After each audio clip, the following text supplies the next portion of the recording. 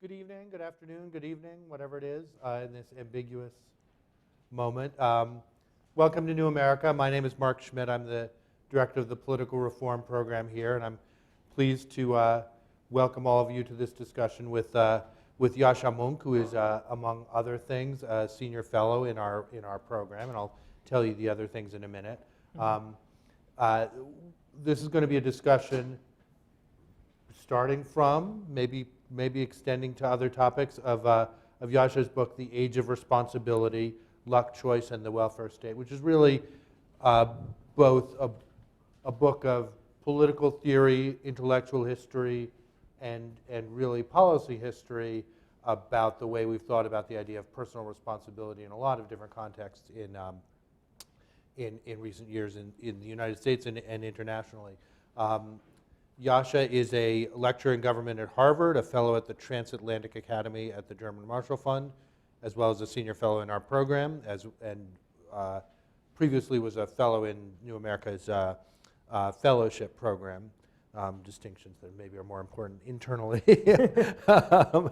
He also writes a weekly column for Slate, a monthly column for CNN, and he's a regular contributor to Die Zeit in Germany. And he's currently working on his third book, which argues that liberal democracy is splitting into two forms of regimes: illiberal democracy, which is democracy without rights, and undemocratic liberalism, or rights without democracy. And I hope that in this conversation we can link some of the conversation about personal responsibility with those other concerns. He's also been working with Tony Blair on a project to respond to the challenges of illiberal democracy and illiberal populism around the world. I first met Yascha about 3 years ago. We had lunch outside up on 17th Street, and I remember him describing two of the things he was working on at the time. One was this project on personal responsibility, and the other was beginning to think about illiberal democracy and the threats to democracy. And I remember, from my own perspective, being able to connect strongly with the story about politics of responsibility and how that had played out, and feeling like the second topic was kind of interesting, but maybe not necessarily as relevant in the U.S. context. But that was 3 years ago, so here we are. Yascha's insights have been really extraordinarily useful, and I think extraordinarily widely recognized in the last 6 or 8 months. I don't know what that coincides with, but that, again, that's where it is. So I think we'll do what we often do here. Yascha will talk a little bit about the book, a little last-minute PowerPoint that we let him do, and I'll get the conversation going, and then we'll open it up, and then we'll have a little food afterwards, and we hope you'll all stick around. And while you stick around, you can also join in celebrating the fact that Yascha has recently become a U.S. citizen, something he's written about, and we're all really excited about. My own family is rapidly, some of my family members are reclaiming German citizenship. To the extent they're eligible, Yascha's moving in the other direction. So we're happy to see that as well. So Great. Why don't you take it away? I'm glad to be sort of on brand, New America. I'm a New American. That's great. I can't believe that it's only been 3 years since I first met Mark, in part because I feel like our intellectual friendship and more broadly my affiliation with this place has reshaped me a lot in the last 3 years. And in part because it feels like the days when I had to sort of fight to explain why it is that the rise of populism, the crisis of liberal democracy might matter to the United States seem so far away, like we're from a different lifetime. It's kind of scary to think that it was 3 years ago that was the case. There's a lot of last-minute things here. I actually hadn't held a copy of my book in my hands until 3 minutes ago. So I sort of it looks very good, doesn't it? I'm not sure that I'll speak as enthusiastically about the content now. I'm joking. The other great thing about New America is that it has a real can-do attitude, down to the fact that John let me have a PowerPoint that I sprang on him 5 minutes ago. So something that most places would not let you do. So I just want to talk a little bit in outline some of the themes of the book. It's a book that I think has lots of different themes, actually.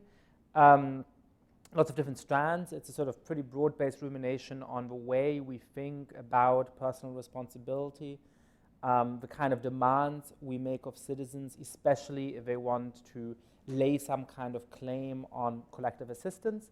And so it engages day-to-day politics, political rhetoric, but also sort of pop culture around personal responsibility, and also sort of intellectual history and analytical political philosophy. So the different chapters really engage with quite different parts of the debate and therefore have quite different styles.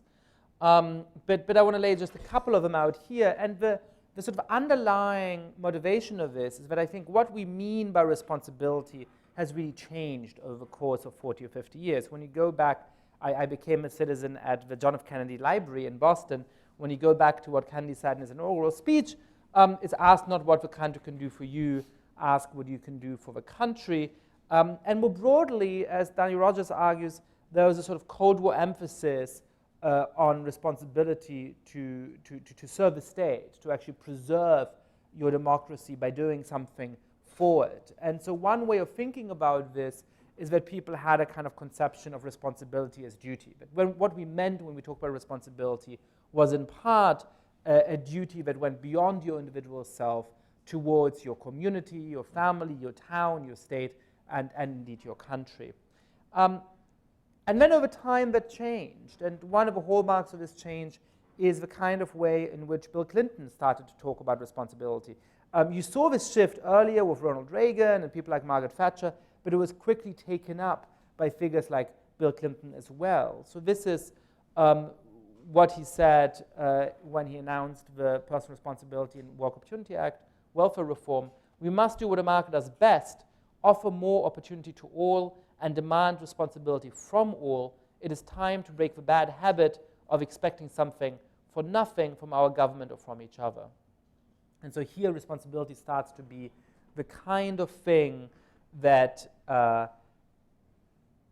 you have to live up to if you want to preserve your claim to various welfare benefits.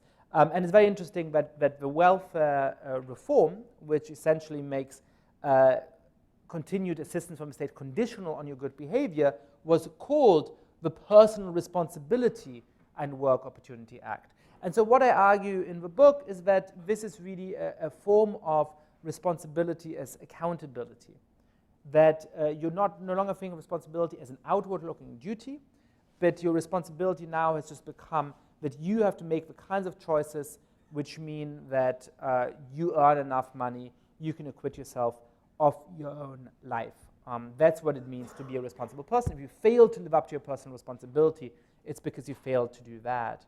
And so I argue that there's a sort of responsibility framework which actually becomes accepted not just by the political right, but also by large swaths of the political left, both in day-to-day politics and even in political philosophy, even when you look at things like the so-called globalization. And it's essentially to ask a pretty simple question. Are you responsible for a bad outcome? Are you responsible for being in a state of need? And if the answer is yes, then your claim to public assistance is lessened or diminished. But if the answer is no, then it might be preserved. So are you poor because you're disabled, you had a car accident? Well, in that case, we're going to keep helping you. But are you disabled because you dropped out of high school? Well, in that case, we don't really owe you anything. And it's a defining feature of the left that they tend to accept that normative framework now and then quibble with the empirical ascription. So rather than saying, no, we disagree with this normatively, they tend to say, yeah, that's right. If it's your own fault that you're in a state of need, we owe you less. But as a matter of fact, that's not true of most people. Most people are sort of victims of structure and so on. So the problem is not that the normative assumption here is wrong. The problem is that most people aren't, in fact, responsible for being in a state of need. And so you see this being taken up not only in the United States, but also by people from Gerhard Schröder to Nicolas Sarkozy to Donald Tusk to Angela Merkel to Matteo Renzi in various countries. You have cognates of personal responsibility, like Responsabilität personelle, Responsabilität individuale, Eigenverantwortung, really becoming very influential in the politics of lots of different countries. Now I want to argue that it's not only in political rhetoric that this kind of shift of how we think about responsibility starts to have a real influence. It actually starts to reshape what the welfare state looks like as well. So there's a debate in the academic literature about how resilient the welfare state is. And on one view, Paul Pearson argues that the sort of seemingly irresistible forces that were undermining the welfare state met immovable obstacles. That once you have a particular welfare program, people are so attached to it that it becomes pretty impossible to get rid of. And so despite Ronald Reagan, despite Margaret Thatcher and all of those kinds of forces, you don't really see a retrenchment of a welfare state. And on the other side, you have the arguments of people like Jacob Hacker, who say that no, there is actually a subtle erosion of a welfare state because you don't see a response to new kind of social risks, because sometimes, there's a particular sum that you get, but that sum isn't adjusted for 20 years, so because of inflation it goes away. Because of all these other kinds of mechanisms, you slowly over time get a real erosion away from a real welfare state. And what I want to argue is that this sort of inconclusive debate in the scholarly literature can be solved when you think about it, look at it from the perspective of responsibility, and distinguish between what I call responsibility tracking and responsibility buffering elements of a welfare state. So responsibility tracking element is one that says, if you make the right choices, if you behave in a good way, then we're going to reward you, then you're going to get something. Whereas if you act badly, then we don't owe you anything. Right? Whereas the responsibility buffering elements of a welfare state are ones that are unconditional, that say, even if you've messed up, even if it's your own fault that you're in a state of need, we're going to help you. And it seems to me that responsibility buffering institutions have been eroded. So you see the real rise of conditionality across the welfare state, not just the emblematic move from welfare to workfare in the United States, but also the rise of conditionality in forms of public housing, and lots of other areas of social provision, both in the United States and in Western Europe. And you also see it with pensions, where you used to have defined benefit pensions. As long as you have a decent job for most of your life, you're going to have a good pension because the job comes with a particular set pension. Now, a lot of it is tax incentives. It depends on how much you save. It depends on whether you invest your money wisely. So the pension system, too, has become more responsibility tracking than it used to be. The responsibility buffering element of it has been eroded. And at the same time, you see the rise of new kinds of responsibility tracking institutions. And the best example of that is the earned income tax credit, a huge redistributive social program added since the 1990s, but you only get it if you actually work and if you do a number of other things. And its spirit is sort of quite nicely encapsulated in this sort of little crest that somebody made up for the earned income tax credit, which says, earn it, keep it, save it. So it is a redistributive social program, but it is very much in the spirit of responsibility tracking. You only get access to it if you are making virtuous choices. Now, I'm arguing in the book that there's two big things wrong with this kind of responsibility framework. This gets two big things wrong. The first is that it leads us to underestimate our reasons to help other people even if they've acted irresponsibly. So I recognize that some amount of moral accountability is legitimate, that is absolutely fine from one perspective to say that we owe people to some degree something when it's not their fault, and perhaps we owe them less if it is their fault, but we're in a state of need. But there's all kinds of other considerations as well, and because we've become so obsessed with individual responsibility, we've sort of started to lose those out of sight. So one thing that matters is simply charity. We don't want to let people die in the streets. We think that we should be responsive to their suffering. Another is that often the systemic effects of holding people accountable might be very bad. So for example, if losing your job means because you've taken drugs or something to lose your job, and so you don't get any access to social assistance, if that also means that you're going to lose your car, and it makes it impossible for you to find a new job because you can't travel to job interviews, you can't travel to your work, then this is simply counterproductive. It's not helping economic productivity, and it's not saving the community any money in the long run. And so there are simply utilitarian considerations for why we shouldn't always responsibility track to a full degree. So I think we're starting to lose those kind of considerations out of sight when we just focus on the sort of moral philosophy of it, the moral reasons of it. But I also think that there's a second problem, which is that it leads us to frame all kinds of debates in terms of responsibility, even when they really shouldn't be about those questions. And I want to say a little bit more about that here. So you've seen the rise over the last 20 years of something that's called a sort of new welfare bureaucracy. And that often asks pretty narrow questions. When you're going to see at the street level a bureaucrat now in order to get your welfare check, they're likely to ask basically a version of, are you at fault for being in need? Can you demonstrate to me that it's not your own fault that you're in need of assistance? But that often leads to bad outcomes. It's actually not very effective at reintegrating people in the job market. We've seen an example in England where instead of asking people, what have you done in the last months in order to find a job, and was it your fault that you lost the job in the first place, they retrained workers at a job center to ask, what are you planning to do in the next month in order to find a job? And how can we assist you in that undertaking? And the effect was pretty significant. A lot more people found a job, and actually people working in the job centers ended up enjoying the work a lot more, finding it a lot more meaningful. So I think we should have much more prospective rather than retrospective considerations. The second bad thing about this new welfare state bureaucracy is that it treats the unfortunate with disrespect.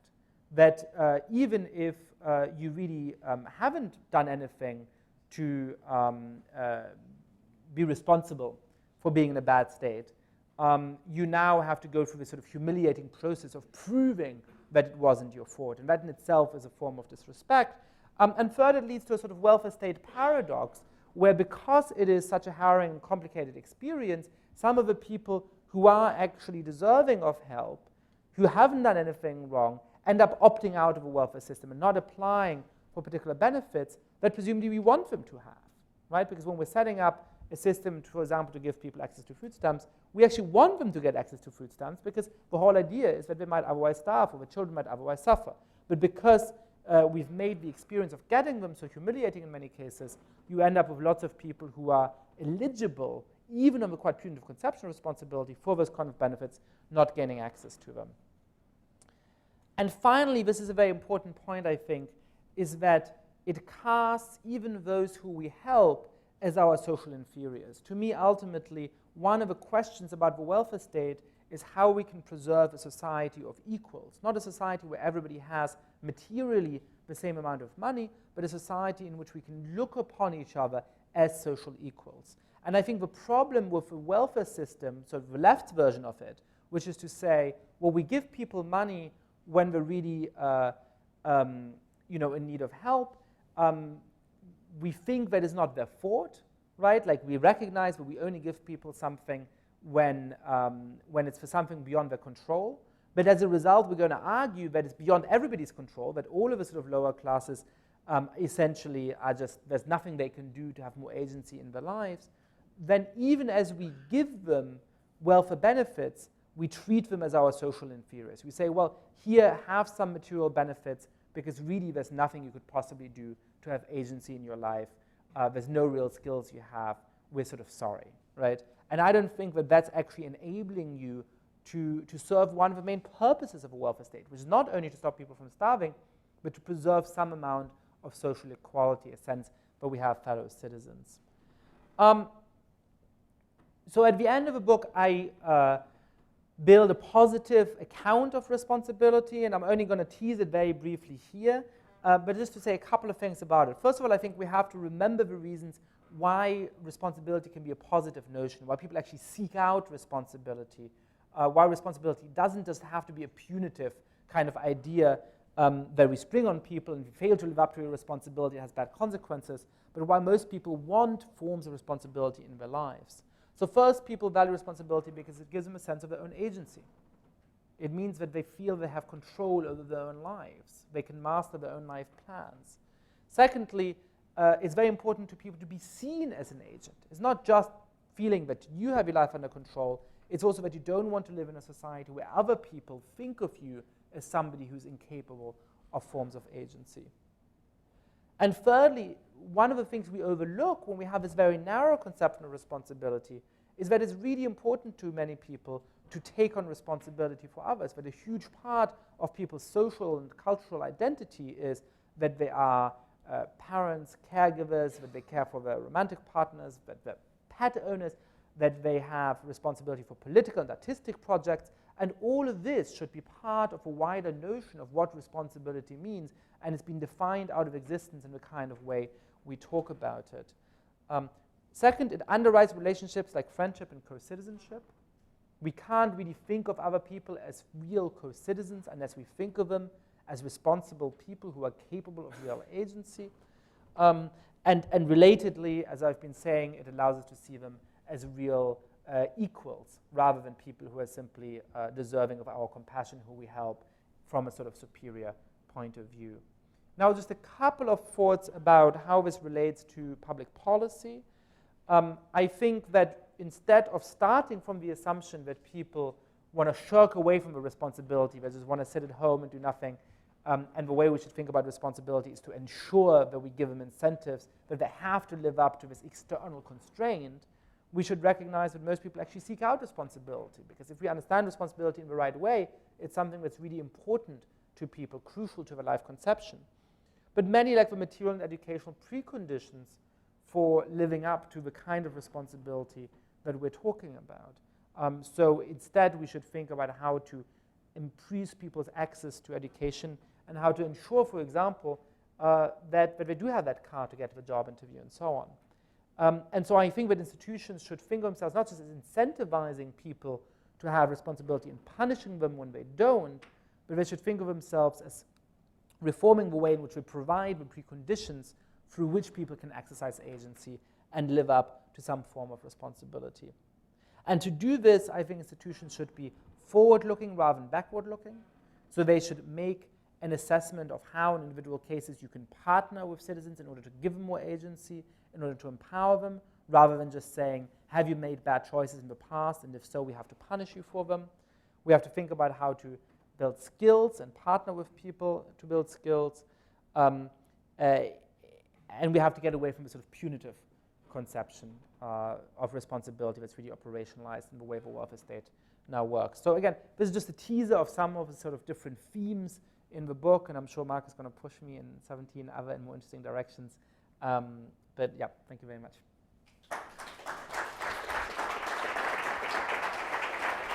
Yeah, so they want you to sit. They want you to sit there. All right. In that case, Thank you. let's swap beers. Thank you. This was great. And for a 20-minute PowerPoint, that was very impressive. I mean, for one you produced quickly, which I don't think you did. I had pre-produced. Yeah. This is great. To me, I can't help put this in the context of my own experience, which a lot of my, work when I was younger involved the welfare reform in 1996 when I was working on the Hill, and largely, working for a senator who opposed it and doing all kinds of things to try to slow that down or improve it. And one thing that struck me in revisiting that period, where there was a very rich theory of personal responsibility that actually kind of informed everybody. Like there were things that you didn't, it was very hard to say, look, a lot of people really need supports whether they're working or not. That was not something that even the more liberal opponents of the bill were quite ready to say. And sometimes I feel like I've been spun around in the, either I'm getting very, very old, or I got spun around very quickly to find myself in a world where we're now talking about things like universal basic income, which really takes you quite far away from personal responsibility in the other direction. Or you also wrote a bit about the politics of crime in the book, and the responsibility lens there, and that's turned around a little bit, although of course at the same time the more dominant political theme, whether reflected, for example, in Paul Ryan's approach, seems like doubling down on responsibility, but without necessarily quite as much theory behind it. So maybe if you can kind of reflect on why some of that seems to be, why we seem to be on some level moving away from, at least at the, maybe more at the elite liberal level or the elite centrist level, in some ways moving away from the personal responsibility framework. Yeah, I mean, I wonder to what degree the universal basic income really does move away from it. There's a couple of reasons for thinking that it might not. One is sort of relatively abstruse and philosophical. I mean, Philippe van Parijs, who is one of the first big philosophical advocates of universal basic income, is actually like a egalitarian, and like egalitarians are these sort of very weird people who I write about in the book, who, if you've never heard of them before, you probably shouldn't hear of them ever. Too late now. Too late now. But the basic idea is that they think, look, it's perfectly fine for there to be a lot of inequality in society, but you should, all inequalities have to be sort of because of people's choices in some kind of level, right? And so somebody like Philippe van Parijs basically thinks that our personal attributes don't go very, very deep,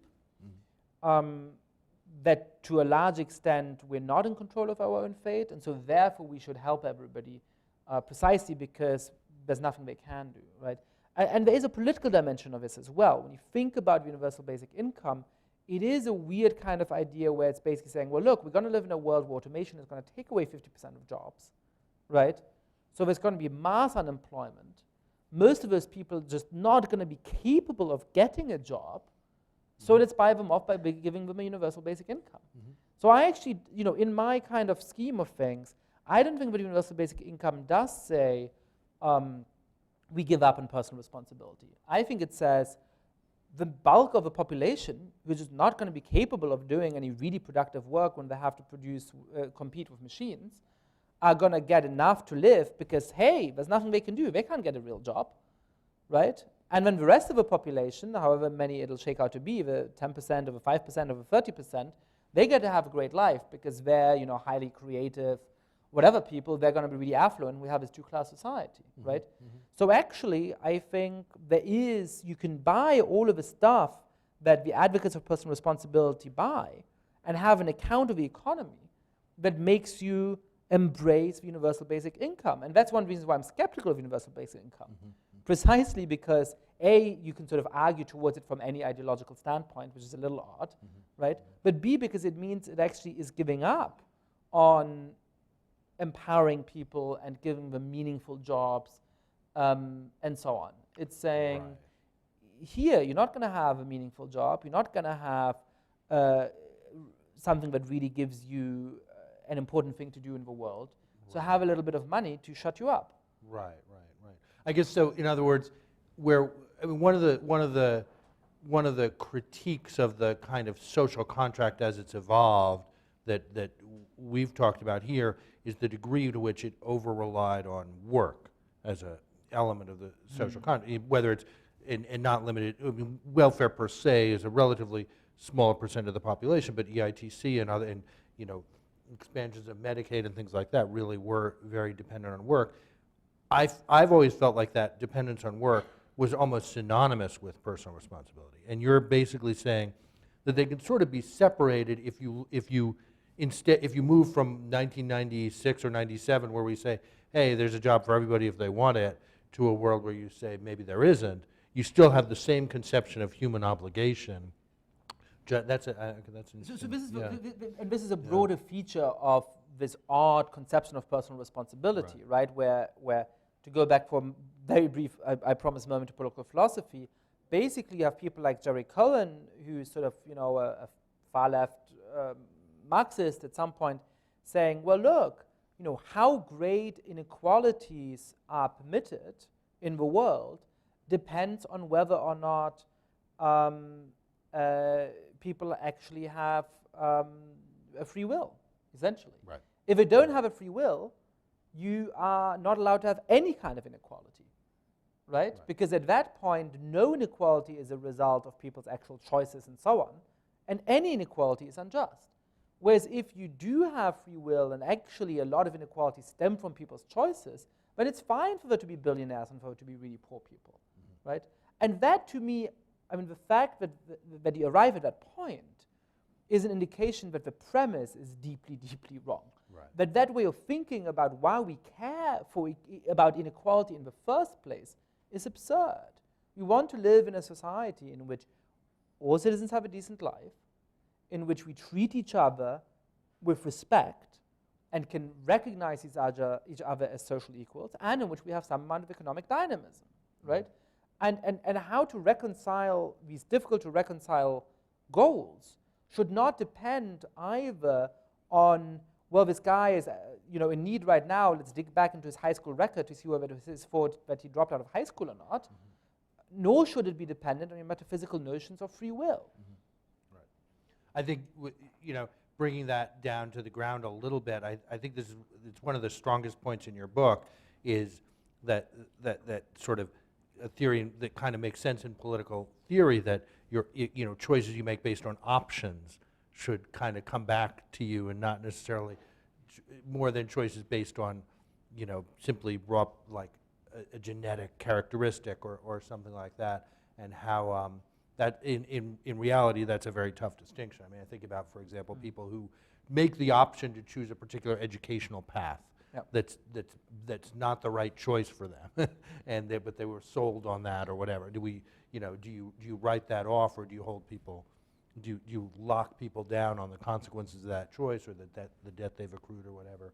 Thinking about something that a lot of folks here work on. I mean, and that leads, I think, another a very interesting part of your argument is really the sense of mutuality of responsibility. That it is a real deal for the state to hold up its end of that bargain. And I think, again, in the welfare context, I always thought if there was one strong argument for the kind of structures that we talked about in welfare reform, and Jason DeParle, who's been a fellow here, has written a lot about this. If there was one strong argument, it was you actually need to give those bureaucracies a kick in the butt to actually do something for people. Like, without that sense of mutual responsibility, they would happily stamp that $200 check that really wasn't helping anybody, but maybe you could force them to create a system where they would actually spend time, figure out what's a path to, a different level of capacity for people. I don't know. I think that's played out well in maybe like 3 counties in this country. I don't think that's a universal truth, but I think that idea of mutuality was there and was important. Maybe say a little bit about that. Yeah, I mean, I think what you're saying sort of brings out why I'm disenchanted with both the standard right-wing orthodoxy and actually the standard left-wing orthodoxy on this question, right? Where the right-wing orthodoxy about the welfare state is, it's making people lazy and immoral, and it's a drag on our economic growth. So what we need to do is to give people a kick in the butt, and then they'll finally become entrepreneurial again and try harder, and that'll make them wealthier, and the economy go better. And there's very little evidence that actually happens, and what it certainly does do is to spread a lot of suffering. On the other side, though, I think there is, a real left-wing complacency about aspects of a welfare state and about, communities and families and regions. I mean, it's not just in the United States. When you think of parts of the north of England or certain parts of Germany, where there's just whole milieus that basically have to be dependent on the welfare state for much of their lives. It's likely that their children and grandchildren will be as well. And we're sort of okay with that because they're not starving, and they have their state subsidized 1.5 bedroom apartments, so things are fine. And I think that the first doesn't take seriously the moral claims of people who are in need, but the second doesn't take seriously their potential, actually. It's to say that you're very comfortable with perpetuating them in a form of, at best, second-class citizenship, right? And so trying to think about shifting the starting point by saying that people want to have agency in their lives, want to have control over their lives, they want to feel that there's something that they can aim towards, and refocusing the policy question that way doesn't give you the answers, right? I mean, how to actually help them break out of that cycle is incredibly difficult and complicated, and I don't claim to have the answers to that, but at least it sort of pushes away the debris. There's a famous quote by Ludwig Wittgenstein that actually moral philosophy is negative, that moral philosophy is never about what you should do. It's about clearing up people's misconceptions. And I actually, for various reasons, I don't love the quote, but I'm just realizing, for the first time I'm thinking this, that it sort of applies to this book. But I do have a positive account towards the end of the book, but most of what it's trying to do is to say, we have this really pernicious notion of personal responsibility, and it's stopping us from even seeing what the challenge is in the right way. Right, and so I'm trying to sort of clear away the debris. Right. Well, you certainly did that. I guess my last question, then we'll open it up, is something that I don't think you've addressed, and I think a lot of people would say, you know, blah, blah, blah, personal responsibility, it's kind of all a racial code. And, you know, we're coding certain categories of people, obviously, as lacking this thing and others as having it, and that kind of brings us into the present, and that sense of others are getting stuff and we're not. Can you know, put that gloss back on? I know political theory doesn't work very well with that concept, but well, it should. yeah. Well, I mean, what I would say is that is right in the United States. It's clearly a huge part of the debate. I think it's less obviously true in various European countries, and yet you end up with a pretty similar notion of personal responsibility, doing a lot of work in the political context, right? So I think this idea that we only owe something to people if they've ticked all the boxes and they've done everything right is similar in Europe and the United States. And then there's obviously huge social determinants of who gets seen as doing the right thing. And this is a huge cost of being willing to embrace the personal responsibility stuff that, and I do talk about that in the book, that sort of, you know, if you construct the most subtle and intricate notion of what personal responsibility consists in, then it might end up being relatively plausible that that perhaps we should judge people by that. But then you look at the way in which it's operationalized, the way in which it actually lives in political discourse, and the way that actual street-level bureaucrats end up making decisions on particular cases. And of course, it's not that kind of subtle notion, both because of the real-world constraints of bureaucracy and how talented the people at the ground level are, how much time they have, but also because of informational constraints. Right. We can't look into people's souls. We don't have all of their back history. We have a couple of documents, and then we have to make a call. Yeah. And that obviously opens the door for all kinds of prejudice and discrimination. So what does it end up meaning when you say, hey, bureaucrat, go and decide whether this person gets food stamps depending on whether you think that they've lived up to the personal responsibility or not? Well, in the United States, often it means, you know, you walk in and you're white and you're perhaps a little bit more educated and you know how to speak to the bureaucrat in their own language, and you might be fine. And you walk in and you're an ethnic minority and perhaps you didn't finish high school and you don't stand a chance, right? I was a colleague of ours was telling me a story from, she had spent a week or so in Jackson, Mississippi recently, and this hasn't gotten very much attention, but the state of Mississippi has required everybody who's receiving, whether it's temporary assistance for needy families or Medicaid or food stamps, to reapply completely through a privatized system and do it all within 10 days. And if they don't reapply and requalify within 10 days, they're, you know, a good example of how it plays out in practice. And of course, the welfare benefits there are something like $140 a month, so it's not even much to get to. But, well, anyway, I think that's a great way of combining those ideas. I think we'd like to, you know, open it up to questions, ideally questions, but, you know, comments, short comments are okay sometimes in the very back. And wait for the microphone, and just say who you are if you can. Hi, my name is Tim Azarch. I was just thinking about your comment that universal basic income effectively is a form of appeasement to say, you're never going to have any meaningful employment, and therefore we're just going to give you some money to shut you up. But I think you're conflating meaningful employment with employment that makes a reasonable amount of money. They're not necessarily the same thing. And one could argue that, in fact, universal basic income empowers people to do something meaningful with their lives because they're not they don't have to, you know, work as a Walmart greeter just to make ends meet. Yeah. Look, I think with universal basic income, it all depends on how much money you're going to give people and whether you abolish all other social services once you do, right? I mean, if universal basic income is $2,000 a month and, you know, you still have Medicaid and Medicare and all of those kinds of things, then it does empower people not to take bad jobs. And perhaps it does mean that the economy has to sort of rejig itself where, you know, really unpleasant labor,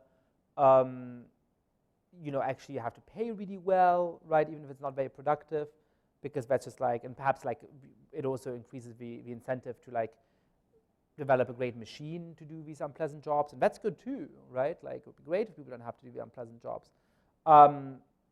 And so it just sort of like leads to this utopia where people can choose how they spend their time, and it improves the economy and so on, right? I just sort of, you know, to give people that much money on UBI is actually a huge economic drag, right? And so I think there's going to be downward pressure from that. I also think that there's a huge political problem here, that the people who do have relatively lucrative jobs are going to be the people who obviously pay most of the UBI through taxes, and so since they will tend to be most politically powerful and connected, since they're much wealthier and so on, I think there'll be a very, very strong coalition to reduce the amount of UBI over time. And so my fear is that what UBI turns into over time is really just the bare minimum to live, right?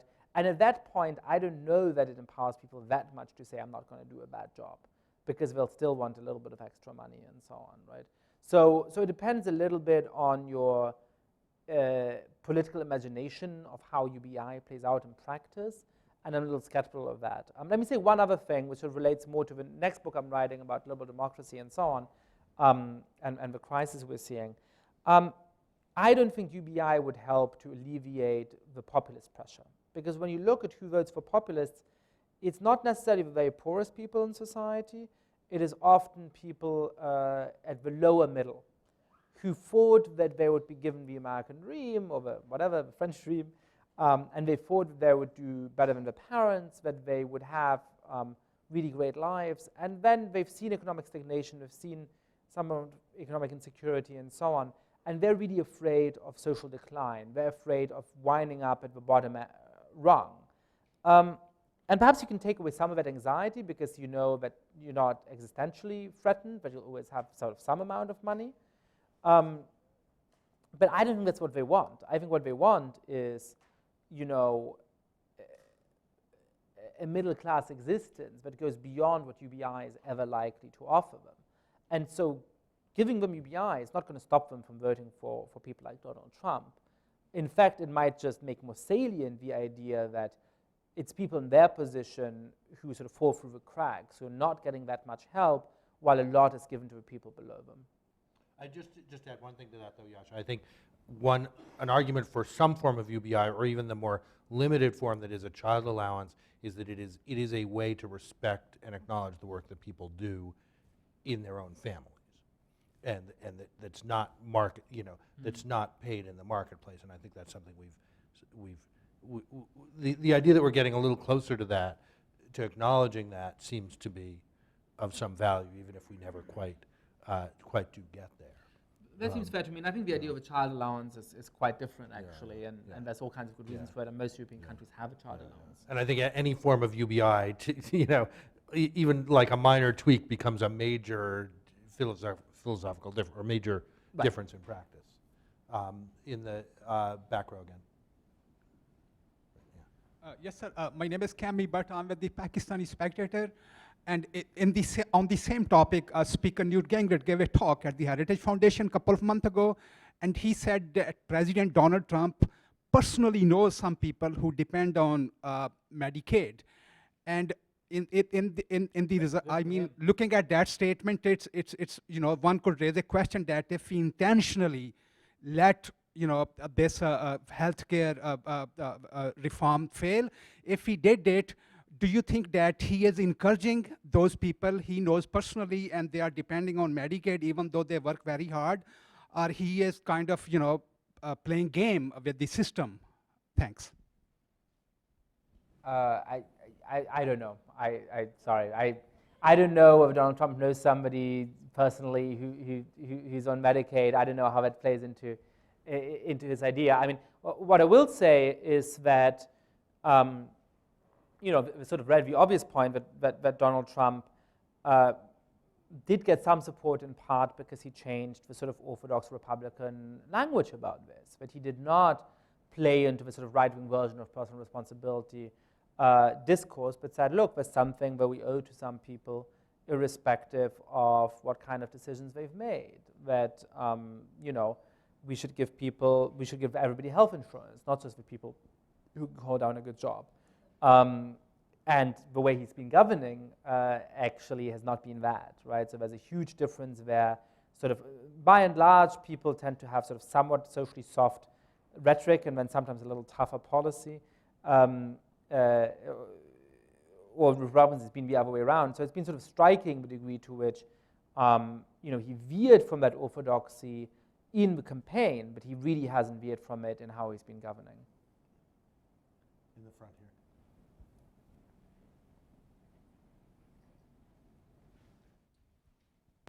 Thank you. My name is Alana Servel. I work in development assistance. So I'm going to start with UBI and go into philosophy and ask you to pick your brain a little bit. So I don't think UBI is that realistic. I mean, I haven't done a lot of too in-depth reading, but I think, again, maybe it'll be piloted in some countries, maybe the Swedes, et cetera. But I think if the world economy takes a downturn, it'll go south.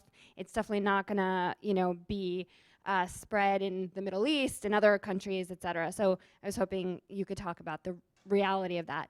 But I think looking forward into the issues of populism and democracy, and the reason why Bernie, let's say, was popular and the reasons that Trump got elected, there's been a lot also written about the issues of capitalism and where it's been failing. And so if you could talk more about you know, the weaknesses and where you see reforms potentially, because I think that's going to be the future. Thank you. I mean, to me, the statement of capitalism has been failing is a little overbroad, right? I mean, when you look at the last 20, 25 years, you've seen 1 billion people lifted out of poverty worldwide. You've seen actually a phenomenal spread of wealth and skill and decent human life across the world. And it's very much capitalism and globalization that's done that. You've also seen the sort of famous elephant graph, which means that, you know, around the 90th percentile of the income distribution worldwide, so people who are, in the global scheme of things, pretty well off, doing very, very badly. And those happen to be, you know, lower middle class voters in Michigan. So I think there's real problems there. And I think there's a real problem that since the 2008 financial crisis, nearly all of the gains from growth have gone to the very richest people. So I don't think it's about, you know, capitalism is failing. Capitalism has only ever worked because it was embedded in a political framework. And what we have to reform is the way in which we harness the power of capitalism in order to ensure that everybody gets to share in its benefits. And I think that diffuses the language. That's a more helpful way of thinking about it, right? And that's the same, you know, one point that's sort of subterranean in some of the stuff I've been talking about with personal responsibility is that one of the big assumptions here is that it's sort of, are you deserving or are you not deserving? I think that's just the wrong way of thinking about the economy. The right way of thinking about the economy is that it's a social construct that we've built together. That doesn't mean that we can invent it to be whatever it is, right? And there's some things that work and some things that don't work. There's real constraints. But the question is, how do we want to set this political invention, this social construct up in such a way that it benefits the most people and that its rewards are distributed most justly? Now we have to pay attention to political dynamism and to efficiency there, right? So taxing people at 100% if they earn 400,000 euros or more, as Mr. Jean-Luc Mélenchon is suggesting in France, is a non-starter because it would destroy the wealth that you're trying to distribute. But you also do have to think about, okay, how do you actually create the kind of society you want? And that's the kind of shift in perspective that I'm trying to make. I think in a lot of the debate about responsibility, the idea is, okay, here's a moral notion of responsibility Then let's assess who's responsible and who's not responsible, reward or punish them, and then we'll see how it shakes out. And instead, I think we should say, well, what's the goal of things like the welfare state in the first place? Why do we want to have a market economy? And it's in order to have economic dynamism, to have a lot of wealth, but also to reduce suffering and have some amount of social equality. And then you ask, okay, what kind of policies do you need in order to achieve that? And that's a perspective that we should get into. On the far left over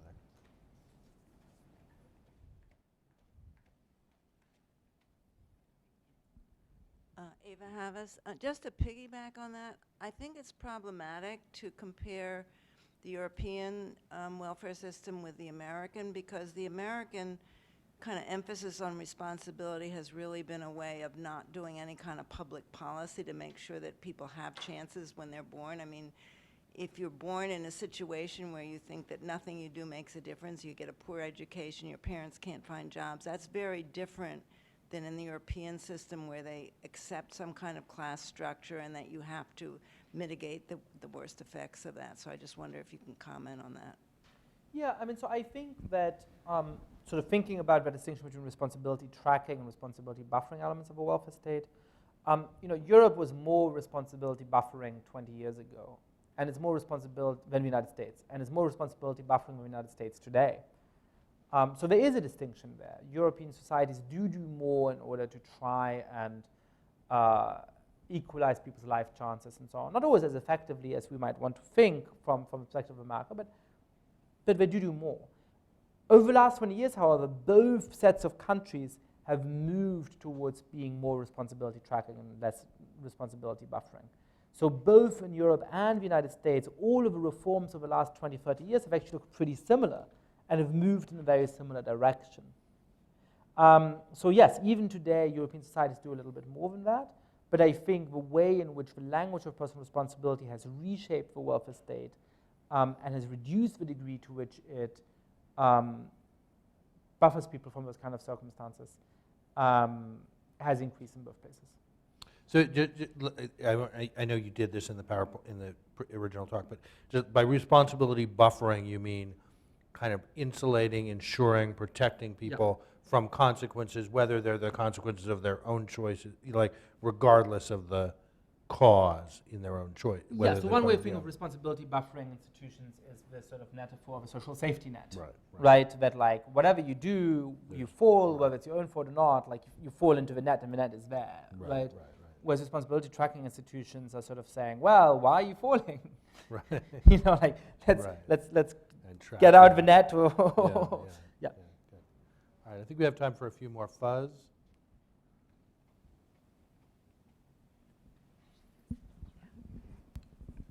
This is awesome. I'm Fuzz with New America. I wanted to extend this thinking into a thing that I've been thinking about a little bit more lately, is playing off her point, schools, right? So we have the mortgage interest tax deduction in America, which flows from one of these, a tangential thought of build community, be responsible. But then we've extended that to how we fund schools, which therefore has burdened children with this notion that your schools are better because you're a more responsible community. That seems weird to sort of project this onto children who have no agency for their own responsibility, right? Is that a fair assumption to make? Yeah, I mean, I think the funding system for schools in the United States is one of the most screwed up things about my new country. I don't think there's another country I'm aware of where schools are funded at such a local level. I mean, in Germany, there are city schools and state schools, where city schools are funded by the local town and state schools are funded by, Bavaria and so on. And so there may wind up being some differences there, right?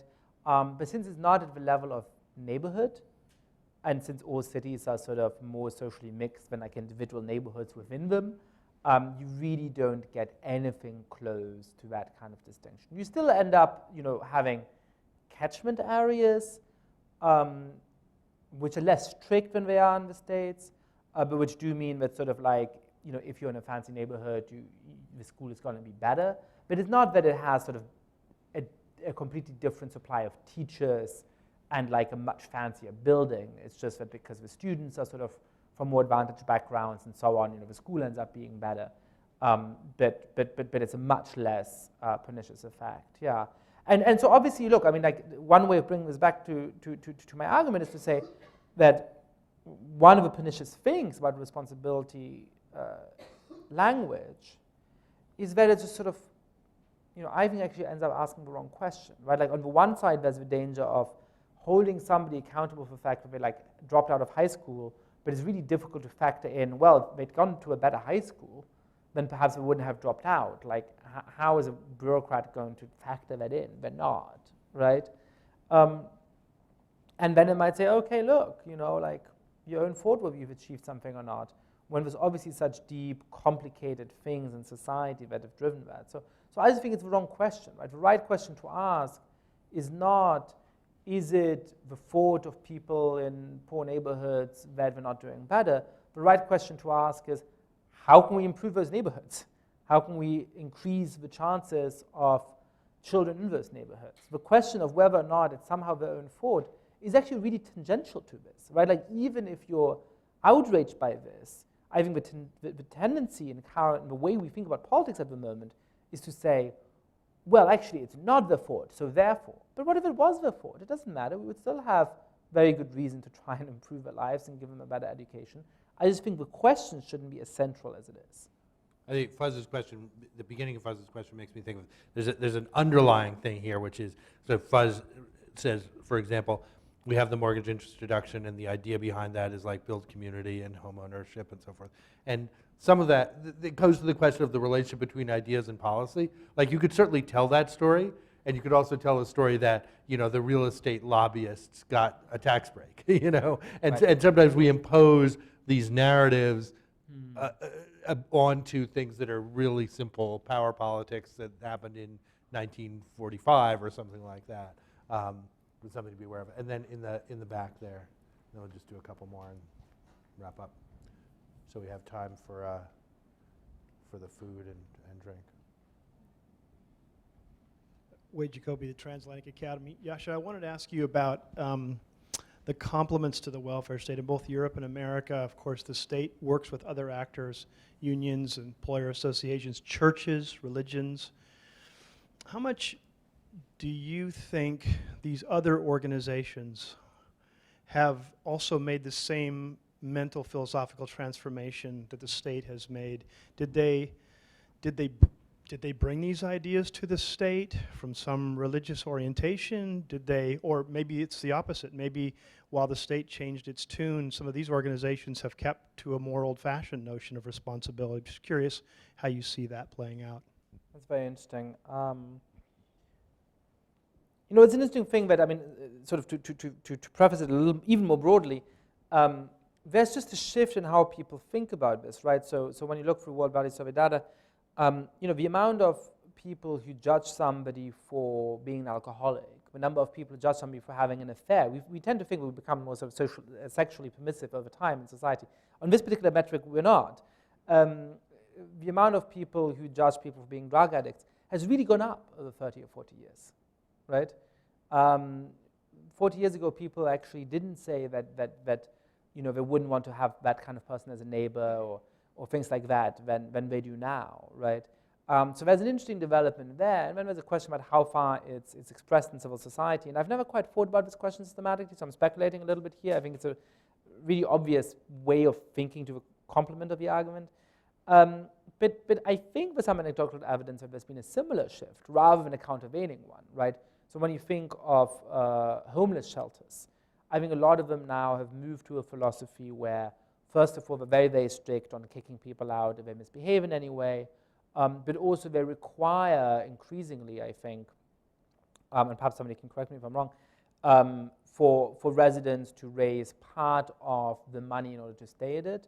And it's not just a financial consideration that we need sort of a $15 or a $10 that the residents will pay per night in order to stay there, but it's very much thought of as being a sort of like, well, that way they have to go out and they have to do something, and rather than this sort of encouraging indolence, it is their way of having a form of responsibility in helping sustain the the shelter and sort of learn the skills to move out of it, right? And there's a real question about that. I mean, is the best use of somebody who's in that dire life situation trying to raise the 10 or 15 bucks for the shelter, or are there ways of partnering with them in a way that actually does empower them to move out of the shelter eventually much better? I have limited experience in that field, so I don't want to prejudge it. But it seems to me that there could at least be a case, and I'll look into it, that there's been a similar development there. I think there was a question in the middle here, and the woman in the gray jacket. Hi, Ann Yeoman. Now I have like 3 questions. But just picking up on your last comment, earlier in your presentation, you had used the term agency, and then we were talking about responsibility, and there's sort of various ways of thinking about sort of the same thing. I was at a conference a few months ago about college promise programs, and there was a big push to make community college, if not all college, free and so forth. One of the researchers there presented some interesting results from some of her studies. So we know that very often students who work a lot while they're in school don't tend to complete, tend to drop out, it takes much longer. However, in her discussions with students about, would they like to have free college so they didn't have to work, the answer was mostly no. They liked work. We gave them a sense of value, a role, a status, this kind of thing. So where this is taking me is, it seems to be that the paid work is the cipher for which we don't have an alternative for our worth. And this really plays out historically in the value that was placed on women's work in the home, on volunteerism. Those things didn't count as work in the same sense. And so if you think about a universal income, or you think about some other kind of minimum, which would allow people to do things that are essential and useful, but we don't have the respect for that. And so I'm just kind of interested how you might connect those threads a little bit. Yeah, I mean, certainly I think that, precisely for the reasons that you said, that is sort of one additional unjust, an additional way in which the rhetoric of personal responsibility ends up reinforcing unjust social practices. That if you have 3 children and you're taking care of them, that doesn't count as somehow living up to your personal responsibility. Whereas if you work a low-wage job in the world, that does. And that seems to be a sort of strange, that seems to be misaligned, right? Now, I don't know exactly how to address that from within personal responsibility, right? I think it's again a question of how do we rethink what is socially useful work, and to what degree do we value different kinds of activities, and then how do we structure our economy around them? And so for me, this is another example of how when we get away from the notion of personal responsibility, the kind of questions we wind up asking are more helpful, right? When we think about stuff like care work from the perspective of personal responsibility, we're drawn to questions like, well, how should we factor in that somebody chose to have children, right? Is somebody irresponsible if they have children even though they're poor, right? And then there's some people who say yes, and other people say, no, that's outrageous. And I just think that's the wrong conversation to be having, right? We should actually be thinking of bigger picture things about how to structure social reproduction in a society where we clearly want to encourage people to have children at some kind of level, but we also want to make sure that they have the material preconditions to look after their children and have empowered lives.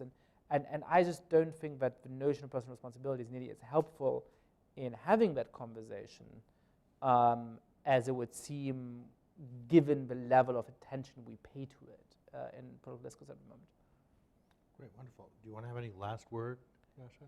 I know there's some other people who have questions, but we'll have time to... Yeah, perhaps just one last word about the connection of all of this to my new book project about the crisis of liberal democracy and the rise of populism, which I know you were pushing me about a little bit before we took the stage. I do think that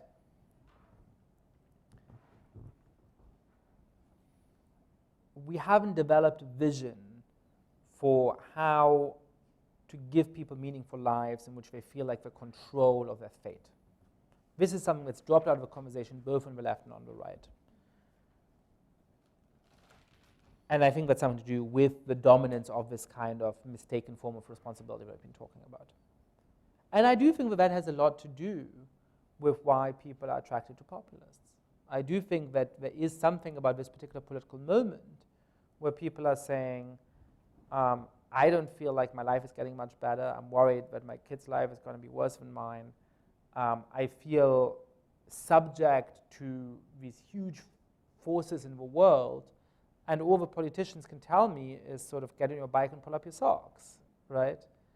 And so solving the piece of the puzzle that's about not just the welfare state, but more broadly, a political economy that actually does something for most people, and giving them the feeling that they're in control of their lives, so they have some kind of real agency about how they spend their time and where they'll end up in life, is going to help alleviate some of the anger that has caused things like the election of Donald Trump. So the link is sort of, it's not straightforward, and these two projects certainly are sort of separate projects.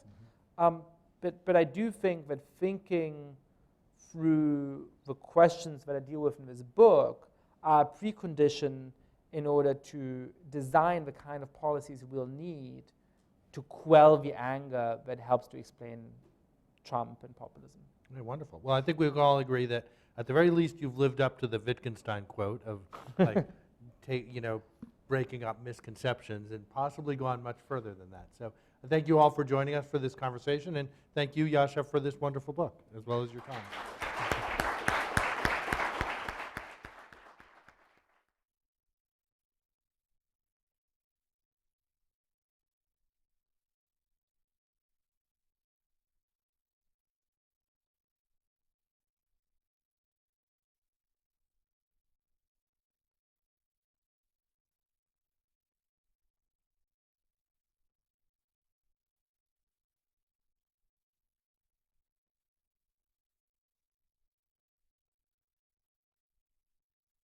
They've turned on the music, so we're done.